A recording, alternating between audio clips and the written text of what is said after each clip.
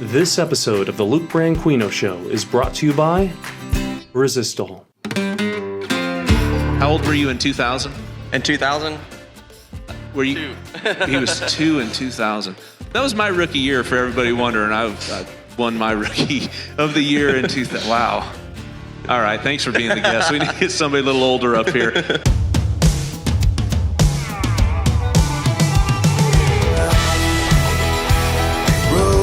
Rodeo time. Live from the NFR. Make sure you hit that subscribe button, catch up on all the old episodes, and check out the latest. You're going to like it.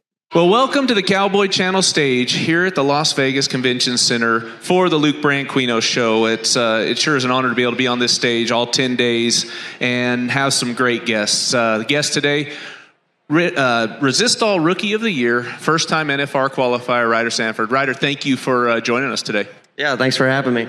Man, getting to watch you through this year, what an amazing rookie year. I mean, you start out, have a great winter, and we talked about this earlier. You're starting in November, the first part of the season through December, having a great circuit finals, kind of getting that spot to get into Houston to get qualified. Because like you said, as a rookie, you have to get qualified to get into those great winter rodeos. Absolutely. Getting as many opportunities as you can to win money is crucial your rookie year. You don't have the previous qualifications like you do later on, so I had to hit it hard right out the gate. Well, it showed. I mean, obviously you said, 17 grand going got you into Houston, but the circuit finals didn't count for all of you that wonder. The circuit finals doesn't count as qualifications to Houston, so you went in the third place spot to that last hole to get in. The winter was a little slow, you said, but got a good check out of Jackson, Mississippi, which is also a circuit rodeo for you. Yeah, got a good start to the year and got to ride at Houston. That was pretty incredible. Just walking out, it's a huge arena. You look up, you can barely see the stands. Biggest arena that I've rode in. So getting to ride them big winter rodeos was really cool.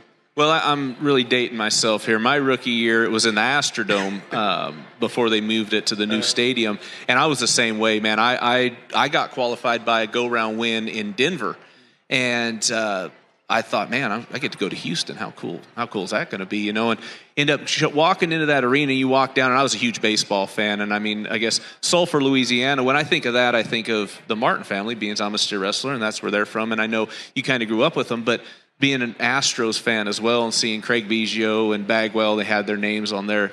It was huge for me to be able to be in that setting my rookie year and then going out and win the first round at Houston. So being able to qualify to that your rookie year, I mean, like you said, it's amazing when you walk up there and you, we've kind of made it. Yeah, it was great. I couldn't have planned it any better. I've got to compete at every major rodeo and short round this year. I couldn't have planned it out any better. Did you, when you got to Houston, because I did this and I'm scared to death of heights, I walked up to the very top of, which it's not near as big as I don't even know, NRG, I don't know what the stadium's called right now, but of the Astrodome, and I looked down, and people in the arena, they looked like little ants walking around there. Did you go up top when you first got there? I did not. Like I said, right when I checked in, the arena's empty, the stands are empty. I walked out to the out gate and just looked up, and I could barely see those top seats. It was hazy up there, so that kind of got the same effect. So tell me about the very first one you got on there. I mean, when you're in that situation, the nerves, I mean, did you feel like you had the nerves going into that first round of Houston? I felt good. I felt ready. I felt like I deserved to be there. Just felt ready. I didn't get the nerves too bad. Well, it showed throughout the year, and I was looking at what you won last year, for a little over $4,000 on your permit. Then you had some shoulder injuries, healed up, and then you did pretty good this year by more than $125,000 coming into your rookie year, 15th in the standings. So you really had catapulted from that $4,000 permit year. Talk about your permit year and not being able to get into a lot of rodeos because of the status. Permit. I thought it got to go to some rodeos like Cheyenne and stuff, and I think that really prepared me for this year, kind of get some of those nerves out and learn how to enter and learn how to rodeo a little bit. I how to get to one place to another. I had to buy a plane ticket. So you say learning how to rodeo. Was there somebody that you had to call to lean on? I know I did because I didn't know anything about. Well, back then it was a little different. We actually had to use a payphone, I think, to enter a rodeo. But is there somebody you leaned on and kind of had to reach out to? How do I enter this rodeo? How do I travel to? How do I get to it? Yeah, a few guys. One of them, my old traveling partner, Trace Nanchinick. He always seemed to win a lot of money when he was entering me. So talked to him a lot this year. He's got a very analytical mind, so he kind of breaks it down where I should go. So he helped me a lot this year. That's always good to have that person that you could call and lean on. What about like you guys have the opportunity to enter more rodeos, get put up on top of each other, and pick horses that you want to get out and turn out the other ones. Did you try to play that game? Because I know it is kind of a game. You enter as many as you can, see where you're up the best, what horses you have, or did you just try to go get on everything you could? This year, my mindset was I'm going to go get on. As long as the horse isn't going to flip over and hurt me, I was going to get on it. Didn't matter what it cost to get there, what it took to get there, I was going to get on it. And here is the Ask Luke question from one of our viewers. Why did you do the booty shake? Stay tuned and I will answer that question a little bit later on in the show. Well, and I think that just goes to show, especially for when I was a rookie, I just wanted to run them. I wanted to get in the arena, get dirty, get money won, and go at them. I could, at that point, I think we went to, I think it was unlimited rodeos back then, which you guys, your limit's what, 85 now? 100. So, I mean, with a lot of people don't realize 100 rodeos is a lot to try to get to. Yeah, it is, but like I said, I kind of burned up my count at the beginning of the year trying to get into Houston. So come September, I had 10 rodeos left. So I really had to weigh all of my options and make sure I went with the best opportunity to win money. Well, you say burn up your rodeos. So what he's talking about is to get qualified, you have to be in the certain spot, the standings. And to do that, you have to enter those rodeos. You got to go try to win as much as you can at the beginning of the year. And like you said, how many rodeos did you go to between November and December before the winter rodeo started? I think like 20. So 20 rodeos you had to get to or went to. So that only leaves you 55 rodeos for the rest of the year. And I know for me, when I got to Reno, I wanted to be around 28 rodeos. And you had already had most of those burn up before the summer even started. Yeah, so it got tight towards the end of the summer. I mean, we're looking at it hard, planning out. I couldn't just go to – I actually didn't get my circuit count this year because I just couldn't afford to go to some of those smaller circuit rodeos. Well, and your circuit's tough because I rodeo with guys that went down there, Tyler Pearson, Kyle Irwin, because the way it's set up, the good rodeos are over top a lot of the good rodeos you have to go to that aren't, that are quite a ways away, so it's hard to get to them.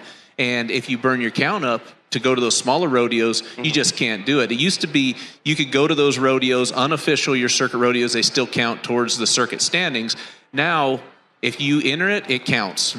No unofficialing it. If you do, it doesn't even count for a circuit count. Yeah, absolutely. So that made it a lot harder for me to get my count. Like you said, Houston and a couple of them other bigger rodeos hindered me from going to them good circuit rodeos. Yeah, well, we're here where we're supposed to be right now at the National Finals Rodeo. Made it come in 15th. You had some huge wins your rookie year, and I want to talk about Cheyenne, where you set the arena record on with black tie. Was it 92.5, I believe? Yes, sir. As a fan of rodeo, that was exciting for me to watch. A young rookie that is making a name for yourself, and to be able to do that. And I know you said you've seen that horse. You'd never been on that horse before when you picked him, have you? No, I sure wanted to get on him, but I think it was a good place to have him. Yeah, for sure, 92.5. And then you beat, was it Cody DeMoss's had the record, was 91? Yeah, I believe it was 91, and he held that for 13 years. So what a great accomplishment. Yeah. And to win that, where were you at in the standings before that Cheyenne win? I did a good job of not looking at the standings all year, so I wasn't quite sure. I know a lot of people thought that I had the NFR made after that win, and I believe it really only got me back in the conversation for the NFR. Well, that is probably one of the smartest things I've heard a rookie say is not looking at the standings. And you can get so caught up, especially nowadays with social media and everybody giving their 2 cents, those armchair quarterbacks telling you what you need to do and how you need to ride. And fortunately for me, I would have been, I don't know what it would have done to my mind, just blew it up. But that's smart, not looking at that and just go and taking care of your business. And obviously it paid off. And then you had another huge win in Puyallup. Yeah, same thing. My only goal in there was to be in the top 4 and to get in the Governor's Cup. So to end up getting the win there was awesome. And I didn't realize later on, my family telling me I'd kind of dropped in the standings a good bit, like I maybe 22nd in the world. So same thing, that just got me right into the mix of it, right at that bubble mark. Well, and you had to, if you didn't get into the Ryder's Cup or the Governor's Cup, Ryder's Cup, is that tennis? Golf. What? Anyway, the Cup, if you didn't get into that, you wouldn't have had a shot to make the national finals. It dang sure would have been a lot more difficult. Without that win in Puyallup, it would have been a lot more difficult. And you placed in 2 rounds at the Governor's Cup and got ahead of, well, I believe it was Isaac Diaz by like $2,000, right? Like $2,000. So yeah, I won like 2,500 out of there. Didn't make the short round, made the 8-man, but got just enough to get in. And here is the Ask Luke question from one of our viewers. Why did you do the booty shake? So unfortunately, the booty shake that I thought was absolutely embarrassing started, I think, back in 2004. The rodeo producer wanted to get the crowd more involved, so they said, why don't you do some sort of a dance or something and get the crowd more involved? I'm like, I'm not doing anything like that. That's just silly. Well, after enough pressure, I thought, if I do this, they will never ask me to do anything again. And boy, was I wrong.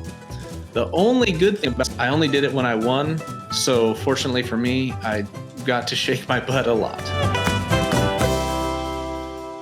Well, and watching it all through, the Cowboy Channel and everything and kind of updating everybody, Isaac was going everywhere. Like he was trains, planes, automobiles trying to get, and he came pretty close to it. So again, if you don't get that win at the Governor's Cup, we're not sitting here talking today.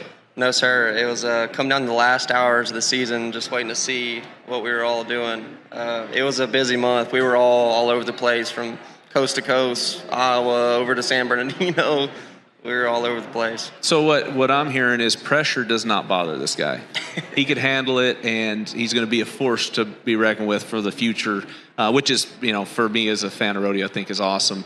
It's not often you see a lot of rookies, and this year the rookie field in the national finals is huge between the bareback ride and the bronc ride and bull ride. I mean, to see the future of the rodeo and the sport growing like it is with you rookies is pretty amazing. And we want to thank Resistol for everything they do for the Rookie of the Year program. I was fortunate enough to win the Rookie of the Year. I don't know, how old were you in 2000?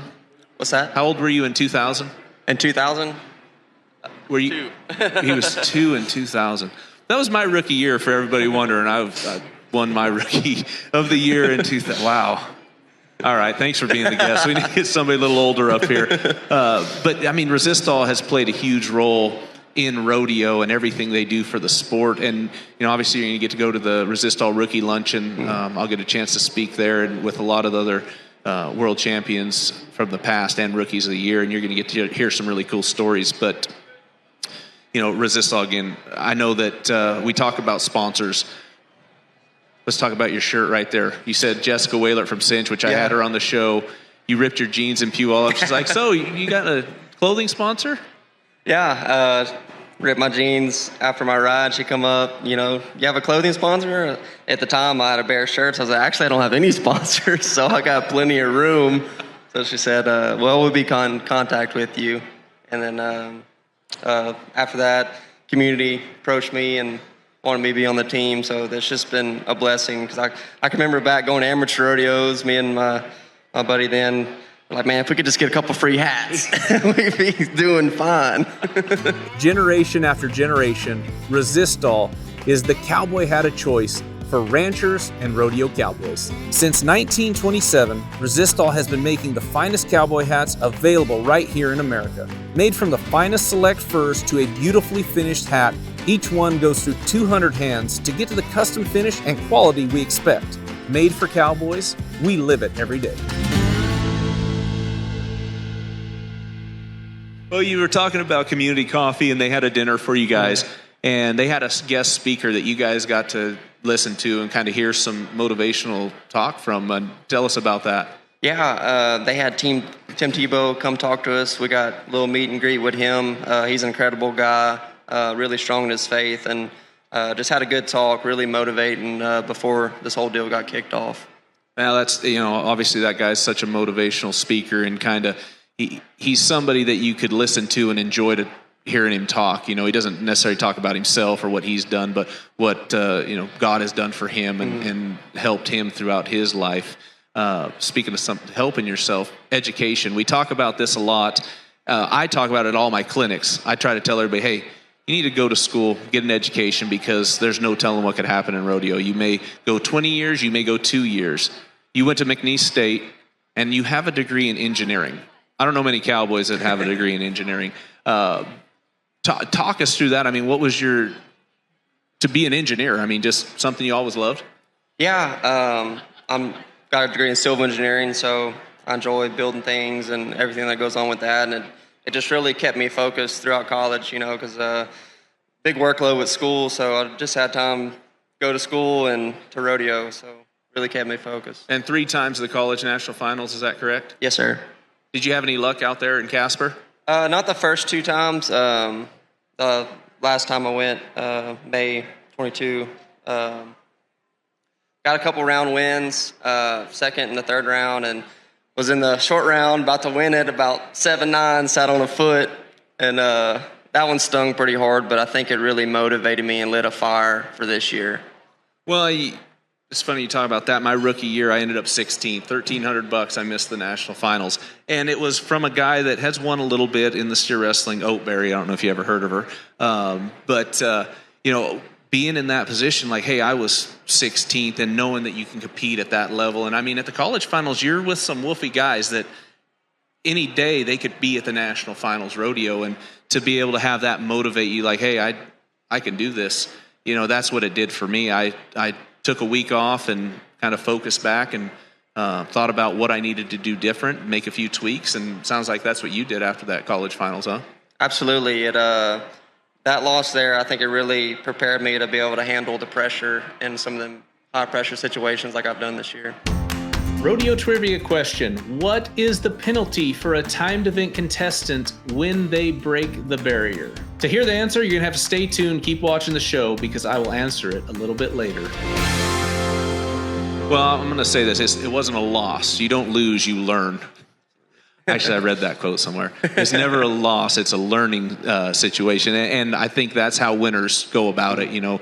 How do we change it? How do we fix it to get better? And it sounds like that's exactly what you did. And that's why we're sitting here talking right now. First round of national finals. Good horse? Yes, sir. Spotted Blues, Big Ben. Seen it a couple times this year. It'll be a really good one to kick things off. And you're going to be first out, 15th man coming in. There's got to be some nerves, man. Going into it, those yellow buck and shoots first time, and I know you watched it for years, so how are you going to push those away and just go do your job? Like I've done all year, all the things that uncontrollables, push those out. I've put in the work, I've put in the time, so I just let that muscle memory take over. Well, that's the best way to go about it. Family's here with you. I mean, I bet I don't know how many tickets they don't give you. I think they give you 1 ticket, and then you got to buy 7 or 6 or something like that. And if it's anything like my family, you never have enough. Is that kind of the situation for you too? Oh yeah, between friends and family, it's hard to get everybody in there. Yeah, it was. I used to let my wife and my mom deal with it because it could be a pain. You get calls. The fun thing for me was when you get calls from people you hadn't heard from in like 10 years. Hey, man, good job making the finals. You got any tickets? I'm sure it happened to you too. But like, no, I'm full. Well, if you got some extras, let me know. You're on my list. Yeah. Yeah, I've gotten a lot more friends throughout this whole deal I never knew that I had. Oh, yeah, exactly right. People you hadn't talked to in, like I said, 10 years. But man, what a cool experience for you and your family to be able to be here now. And we were talking, you said that not necessarily from a rodeo family, your dad trained some horses and that's kind of what got you into it. Mm-hmm. Yeah, he trained horses and team roped a bit in high school. So I kind of got an interest in riding horses from then. I started calf roping and then team roping. Didn't start riding Broncs till my junior year of high school. Had a couple of friends that rode Broncs, and I showed interest in it. So like, hey, come with us to McNeese. We practice with the rodeo team. They're really great there at McNeese for helping guys in high school, want to come up, get on practice horses, get on the spur board every week, and just kind of went from there, hung my ropes up, and took off. And I know we said Sulphur, Louisiana with the Martins. Did you ever steer wrestle? I never did. No? I figure you might have shoot dogged at junior high rodeos or something. But never did. I was a pretty small fella. Well, Tristan Martin wasn't huge either, so I just didn't know if you guys – and you and Tristan know each other pretty good? Oh, yeah. Yeah. When I was starting out roping, go over there and rope, and they helped me out a lot through all that. Yeah, such a great family, and I've been to their place a couple times, but, just very welcoming and open arms and help you out whenever you needed it. Yeah, absolutely. So 10 rounds, 10 nights. We had a tragedy, I guess. We had a tragedy. You guys were in the grand entry practice and locked you guys down. SWAT came in with the shooting that was going on.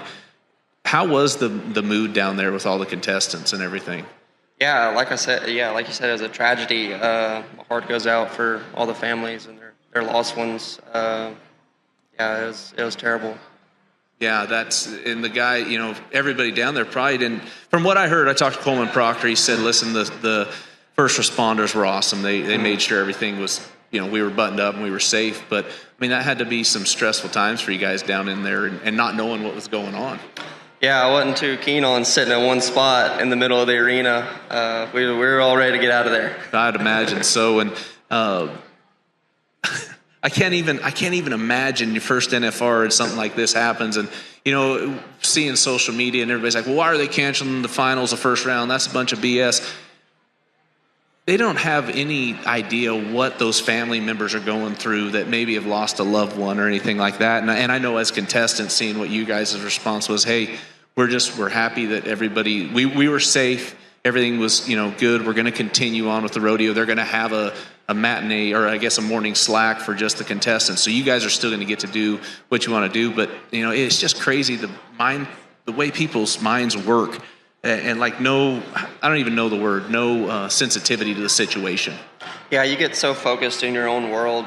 Sometimes it's hard to pick up and see what's going on around you. It's been a tragedy for those families. They're not worried about the rodeo, whereas we're in our own world. So I think it's good that we did cancel the first round and kind of, out of respect for those families. Yeah, for sure. And now you guys are getting to get on them tonight. What does your week look like, since you got Cinch and Community Coffee? Is it a busy week for you as far as going signing, sponsor stuff and all that, or is it pretty laid back? Oh, yeah. I had to get me a planner and plan everything out for the week. I got signings throughout the week with Cinch and Community and going on live with Lucia. So these shows have been really cool. Yeah, people have said Anthony Lucia is like just a younger Luke Branquinho. He looks a lot like me. He's maybe a little heavier now since I've lost some weight. You can go ahead and tell him I said that too. That'll be fine. But yeah, and when I was going, we didn't have a lot of these talk shows. And we talked about backstage, contestants getting some media training and learning how to speak. And you said you're getting better at it. But yeah, just kind of throwing me in the water.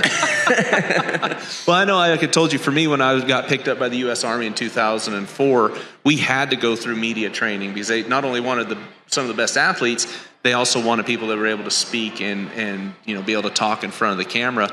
And we talked about how important that is for the industry as a whole. If cowboys could speak and articulate what they're trying to say, it just helps elevate the sport. Absolutely. The sport's come a long way. The sponsors have been great.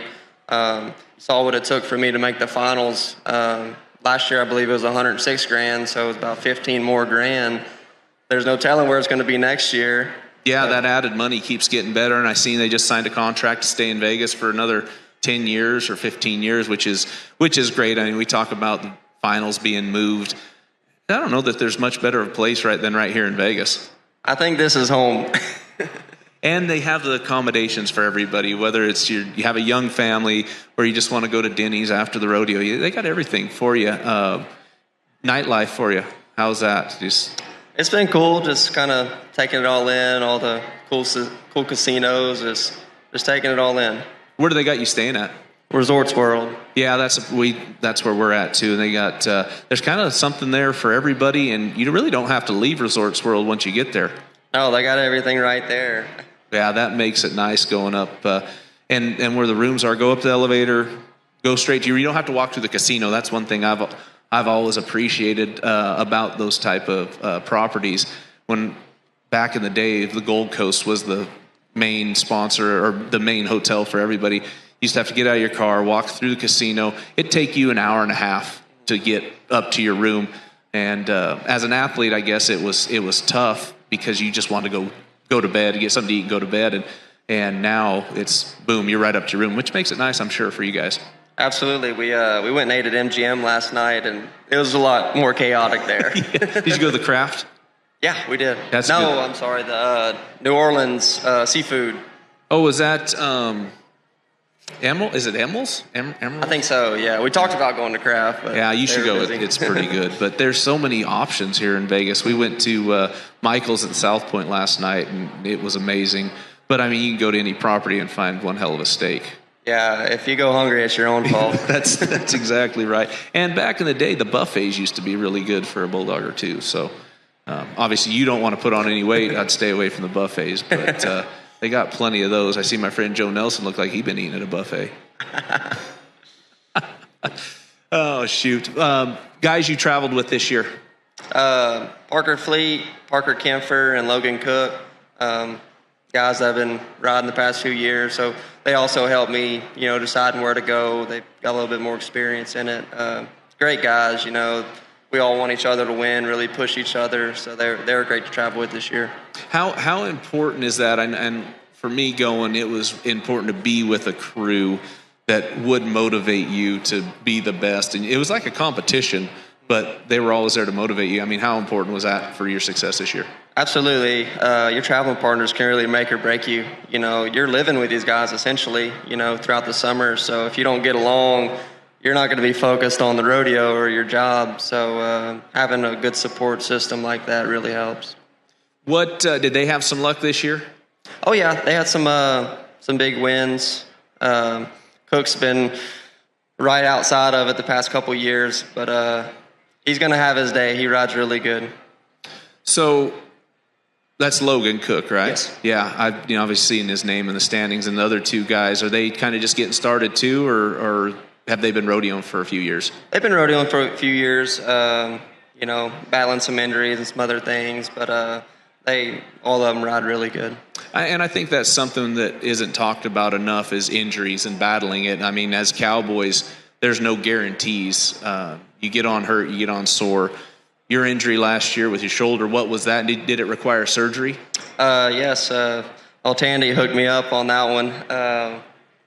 This whole coming up to here, battled a bunch of injuries that I've had to go through. So finally getting here has just been really special. Made it all worth it. What'd they have to do to fix your shoulder? It's a labrum, so a few anchors in there. Oh, yeah. I know Tandy real well. I think he's done 6 or 7 of my surgeries, so I almost have a little, not permanent residency there at the hospital. But got your own parking spot. Yeah, exactly. And I do know, like, Dr. Gravely, he's the anesthesiologist, and the last time I was in there, he's like, "Oh, you again?" I'm like, "Thank you. Yes, me again." But yeah, Tandy, and what I love about Tandy is if he doesn't think he could fix it or something that's out of his comfort zone, he sends you to the best person the person he thinks is the best. When I did my hamstring in 21, I didn't have surgery right after I hurt it, but I kept rodeoing. He's like, "Listen, I could have fixed it when you first hurt it, but since it's scarred down and it's, to your sciatic nerve, I'm sending you to a guy in New York." And to me, that takes a lot for a doctor that makes a living doing surgeries to send you somewhere else. And Tandy's been really, really good at that, making sure guys go to the right spots, especially in the rodeo world. Yeah, hearing that, I have a lot of respect for him. That's really humble of him to do that. And that just shows he wants the best for us Cowboys. Yeah, and he's been doing this for so long. It's not funny, but kind of he walk out there and I hurt my shoulder. One year, it was actually here at the Eldorado Days in Vegas. he just walks up, shoulders out, huh? And I'm like, you haven't even looked at me yet. He's like, I know. He's been around long enough where he could spot it from a mile away. And to have somebody in our corner like that, where you could trust every word he says, especially in the world we live in now, it's pretty awesome. Yeah, it's already hard for us to trust doctors typically. So for him to work on so many of us, it's awesome to have someone that we can trust. Yeah, and again, the Justin Sports Medicine team, which as a contestant, we can't say enough about, because you show up to rodeos and whatever you need, especially for you rough guys, you need tape, you need a brace to put on, or somebody to work out, muscle out, massage you. They're always there to help you out, and I'm sure you've used them quite a bit. Quite a bit. Tweaked some MCLs this year, so I was taping my knees for pretty much all year. Them getting me hooked up with tape, showing me how to tape it. They've just been a great, huge help. Well, and you said it's showing you how to tape it, because there's going to be places you go to where there may not be a sports trainer there, and you need to know how to do it, and they're very good about helping you out in that aspect of keeping you healthy. Absolutely. When you go in the middle of South Dakota, there's no sports med trailer there. That's exactly right. And and we can't thank them enough. I know I've had a lot of conversation with Mike Rich. I don't know if you know Mike very well or not, but he's the head of the program, and what they're trying to do to keep it going, elevate it, add more rodeos. And it's not for their sake, it's for the athletes' sake. And again, we can't thank them enough for all they do for the sport. Absolutely. Rodeo to rodeo, some of them people that don't travel, they're just there for rodeo, and they're donating their time, and that's really special. And I know I dang sure appreciate it, and I speak for everyone on that. Yeah, 100%. And I enjoy going. I just keep saying enjoy going to the Justin Sports Medicine trailer, because I'd go in there and I just sit down and put my brace on and hang out and talk to those guys. But what I loved is to learn how well they got to know the athletes. This is where you were sore last time. Let's work on this. Maybe we'll tweak you up here and take some relief off that. And that's just the dedication that they put into it to help the athletes and the sport. Yeah, it's not like going to your typical doctor's office. I mean, they're not just running you in there. They're really personable. They really want to help. All right. Really, you talked about South Dakota, middle of it. What were some of your favorite rodeos this year that you went to? And so I like to do it this way. I like to break it down winter, and then my wife said I should change it up. Winter, summer, spring, fall. But I'm not going to do that because I don't listen to my wife very often. Winter. What was your favorite winter rodeo? Had to be Houston. I thought that was just incredible. Like I talked about earlier, just biggest arena I've ever been in. You can barely see the chutes across there. Look up, you can barely see the top. That one was really special. And I know you said, but did you have some luck there? Did you get some money won at Houston? I got a little money won, about $3,000. But it was a cool experience. Yeah, for sure. Okay, spring rodeo.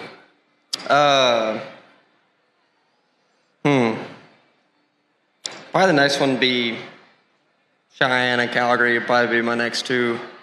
That's summer. Let's go spring. Did you go to Red Bluff, Clovis, or? Yeah, I did go to Red Bluff. I'd been to that my permit year. Okay. So, but yeah, that was a cool rodeo as well. Did it rain there when you were there? It did not. Nice. Red Bluff is a great rodeo. When it rains, it's not so great. But Clovis was one of my favorite. And then in the winter, Fort Worth, I'd had a lot of success there. In fact, when you talk about my rookie year, I won the first round at Houston. Then I won the second round at Fort Worth. And so those rodeos always have a special place in my heart. But springtime would have to be Clovis. Clovis, California was always one of my favorites. Okay, summer. You said Cheyenne and Calgary. Obviously, those are two that you can't not say. Give me another one other than those two. Be Pendleton. A little later on. All those outdoor rodeos are just right. Great. Had good weather at all of them, so they're really special. St. Paul was mine. I loved the trees, just the atmosphere, and those Oregon crowds. Like you said Pendleton, but those Oregon crowds. I say this often when we rodeo. 90% of the rodeos we go to, people don't care that who's there, who's riding, or who's competing. They're there for the party. But a lot of those Oregon rodeos, they're fans of the Cowboys. They know who's up, they know who's competing, and I think that's cool. Rodeos like Pendleton and St. Paul. So summer rodeo or fall rodeo, one right at the end. That Governor's Cup was pretty cool. A lot of money there, a lot of opportunity. Right. It was. I've been calling it the monkey wrench in the world standings. That's no joke, and that was in about every event. It seemed like. Okay, so here's a question: going into the Governor's Cup, were you in the top 15, or were you just outside of it, or did you not look? I didn't look, but I think I was just outside. Well, let's see. Was he in the top 15? No, he wasn't in the top 15. Yeah, I knew somebody down there would know. So you were outside of it, but you, again, not looking at it, all you knew is you had to go win. You didn't know you had to go win 2,000, 3,000. It's just, I have to win. And I think that, obviously played a big role in you being here now. Yeah, I was planning on getting that 25 grand out of there and get a fast ticket in, but got just enough and it worked out. Did you get to meet Governor Nome? I did not. Oh, you didn't? She's awesome. Coleman Proctor was probably talking her ear off and she got tired and had to go lay down.